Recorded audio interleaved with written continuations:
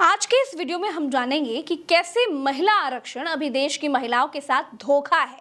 कैसे महिला आरक्षण बिल पास होने के बाद भी महिलाओं के हाथ कुछ नहीं लगेगा। कैसे आने वाले चुनावों के लिए महिला आरक्षण बिल केवल मजाक साबित होगा।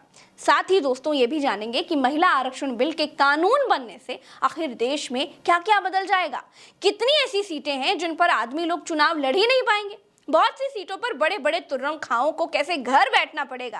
कैसे विधानसभाओं और लोकसभाओं, पार्षदों और प्रधानों के चुनावों में इसका प्रभाव पड़ेगा, सब कुछ जानेंगे। तो चलिए वीडियो की शुरुआत करते हैं। नमस्कार दोस्तों, मेरा नाम प्रज्ञा मिश्रा है। वीडियो की शुरुआत पहले सवाल से ही करेंगे कि महिला आरक्षण बिल देश की महिलाओं के साथ धोखा कैसे है। तो दोस्तों, जब ये बिल पास होगा उसके बाद देश में जनगणना होगी, देश में महिलाएं गिनी जाएंगी, फिर परिसीमन होगा। जनगणना होने में कम से कम 1-1.5 साल का समय चाहिए, फिर परिसीमन में लगभग 1-1.5 साल लगेगा। इस हिसाब से बहुत कम समय भी जोड़ेंगे तो भी 2 साल तो महिला आरक्षण बिल लागू नहीं होगा। इसका सीधा सा मतलब है कि अभी चुनाव से पहले होने वाले जो 5 राज्यों की चुनाव है उसमें महिला आरक्षण का कोई भी मतलब नहीं है। फिर लोकसभा चुनाव में भी महिला आरक्षण का कोई मतलब नहीं है। उसके बाद भी 1-1.5 साल तक महिला आरक्षण का कोई मतलब नहीं है। अब बात आती है कि जब ये सब कुछ हो जाएगा, मतलब कानून बन जाएगा, तो फिर महिलाओं की जिंदगी कैसे बदलेगी। तो आपको ये भी जानना चाहिए, क्योंकि आप प्रज्ञा के पन्ना पर हैं और प्रज्ञा के पन्ना गोदी मीडिया की तरह एक तरफा बात तो बताता नहीं है। इसीलिए आपको पूरी वीडियो देखनी है और ध्यान से देखनी है। इसीलिए आपको ये जानने का अधिकार है कि 2-2.5 साल बाद आखिर ये बिल जब लागू होगा तब क्या कुछ बदल जाएगा। दोस्तों, पिछले 27 साल से अटका पड़ा महिला आरक्षण बिल अब कानून बनने जा रहा है। जब कांग्रेस बिल लाती थी तो बीजेपी को पसंद नहीं आता था।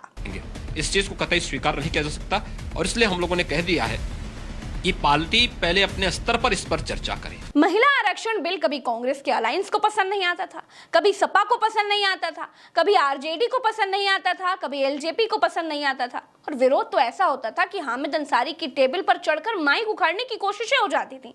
कागज के गोले चलते थे, गोले। यकीन ना हो तो 8 मार्च 2010 की फुटेज अब संसद टीवी में जाकर के जरूर देख लीजिएगा, आप हैरान रह जाएंगे। आरजेडी ने तो बिल की कॉपी तक फाड़ डाली थी, बीएसपी वॉकआउट कर जाती थी, टीएमसी वोटिंग में हिस्सा ही नहीं लेती थी। हाल ये थे कि जिन पार्टियों की महिलाएं अध्यक्ष थीं वो भी बिल से मुंह चुराती थीं।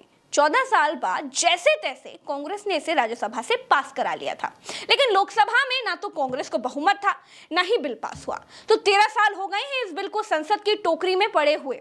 अब मोदी जी इसको नारी शक्ति अधिनियम नाम से कानून बनाने जा रहे हैं। करने से कई पवित्र काम के लिए मुझे चुना है। नारी शक्ति बंधन अधिनियम के लिए बहुत बहुत बधाई दूंगा कि हम इस बिल को कानून बनाने के लिए संकल्पबद्ध है।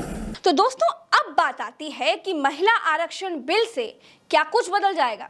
तो पहली बात तो यह है कि महिला आरक्षण बिल आने के बाद पुरुषों की सत्ता को सीधी चुनौती मिलने वाली है। 33% आरक्षण का मतलब यह है कि अगर किसी राज्य में 100 सीटें किसी भी तरह का चुनाव लड़ने के लिए हैं, तो उसमें 33 सीटों पर महिलाएं ही लड़ेंगी और 67 सीटों पर ही आदमी लोग चुनाव लड़ पाएंगे।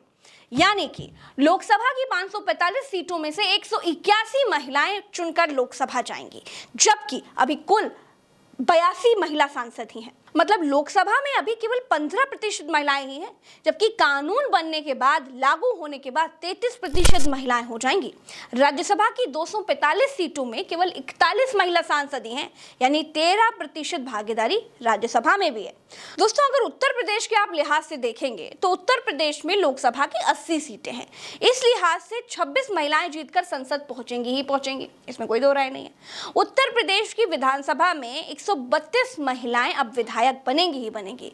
दोस्तों, आपको जानकर बड़ी हैरानी होगी कि उत्तर प्रदेश की 403 विधानसभा सीटों पर 48 महिलाएं ही अभी विधायक हैं। उत्तर प्रदेश की 80 लोकसभा सीटों पर केवल 11 महिलाएं ही सांसद हैं। लेकिन अब महिला आरक्षण कानून आते ही 2-2.5 साल के बाद लागू होते ही 26 महिलाएं तो जीतेंगी ही जीतेंगी और बाकी सीटों पर महिलाएं लड़ लें तो उनकी मर्जी है। कहने का मतलब यह है दोस्तों कि महिलाएं अब कितनी भी सीटों पर लड़ सकती हैं, लेकिन 33% सीटों पर पुरुष नहीं लड़ पाएंगे।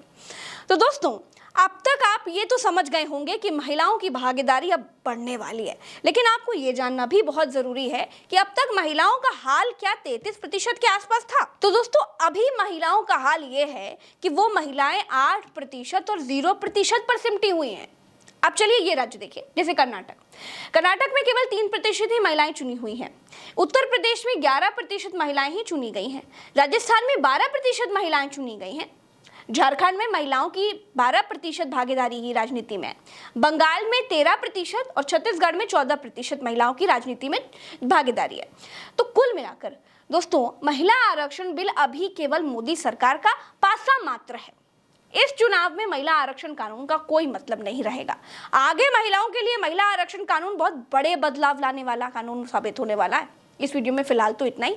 उम्मीद है कि आपको सारी जानकारियां मिल गई होंगी और आपको वीडियो जरूर पसंद आया होगा। चलते हैं, राम राम, दुआ सलाम, जय हिंद। चैनल को सब्सक्राइब कर लीजिएगा और इसको बहुत शेयर कीजिएगा ताकि ये जानकारी सब तक पहुंच जाए और ये जो पासा है और ये जो मैंने आपको पूरी बात की जानकारी दी ना, ये भी लोगों को पता चल जाए कि आखिर महिला आरक्षण बिल महिलाओं के साथ धोखा कैसे है।